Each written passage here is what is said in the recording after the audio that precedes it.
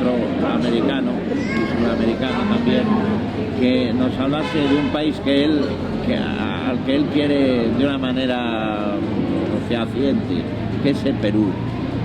Sobre todo cogiendo un poco ahora el ramo a la noticia del nuevo presidente. Yo creo que la elección de Castillo, por lo poco o mucho que conozco el Perú, en parte ha sido porque muchos no querían votar a Keiko Fujimori. Y en vez de seguir lo de más vale lo malo conocido que lo bueno por conocer, han seguido todo lo contrario.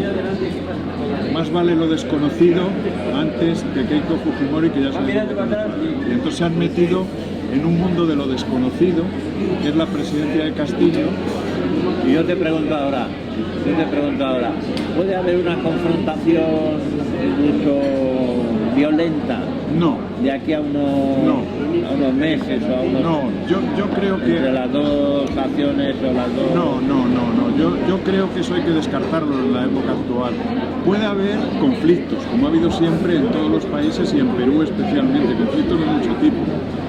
Conflictos causados sobre todo a través de la minería, es decir, el trabajo de la minería causa muchos problemas en el país y produce mucho empleo y muchos ingresos para el país. Es decir, que ahí se confrontan los intereses de las comunidades, los intereses y la defensa de los grupos sindicales de las condiciones de trabajo de los trabajadores, los intereses de las empresas mineras, que casi todas son extranjeras, la mayoría son chinas, canadienses, australianas, mexicanas, norteamericanas. Peruanas realmente hay pocas, casi todas son de capital extranjero o con concesiones directas extranjeras. Y hay un conflicto grande porque, claro, la minería genera muchos ingresos, genera mucho empleo, pero al mismo tiempo es un empleo que muchos consideran de baja calidad, aunque son los que más ganan de todo el país, los trabajadores de la minería. Pero hay todo un complejo jurídico que hace que la mayoría de la gente en ese sistema trabaje por subcontratas, y al final unos cuantos ganan mucho y miles ganan poco o un poquito más de la media, ¿no?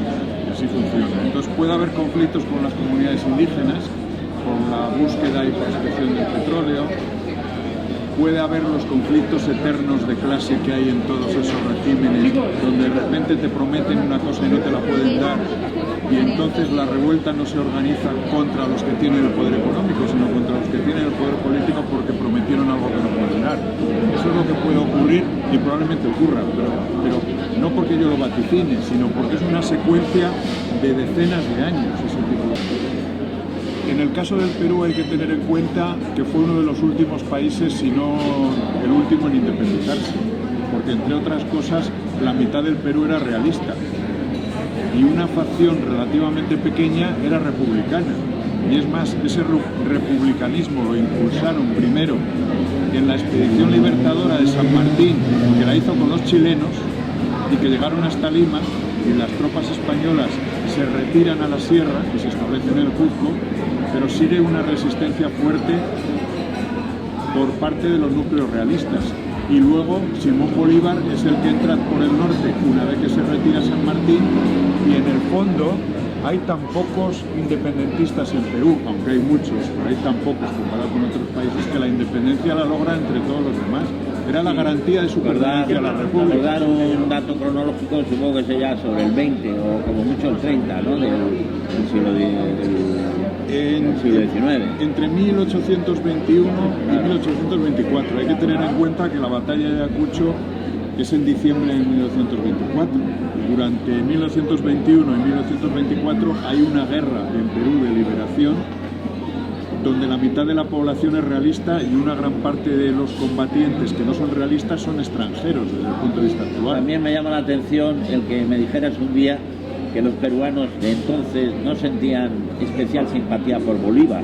Ninguna. El libertador. Realmente sintieron... Eso es algo que hay que decir. Es que hay una cosa muy curiosa. En la primera etapa de la independencia, cuando se proclama por primera vez la independencia por San Martín, la idea de San Martín era crear una monarquía en el Perú y dotarla con un príncipe español como monarca.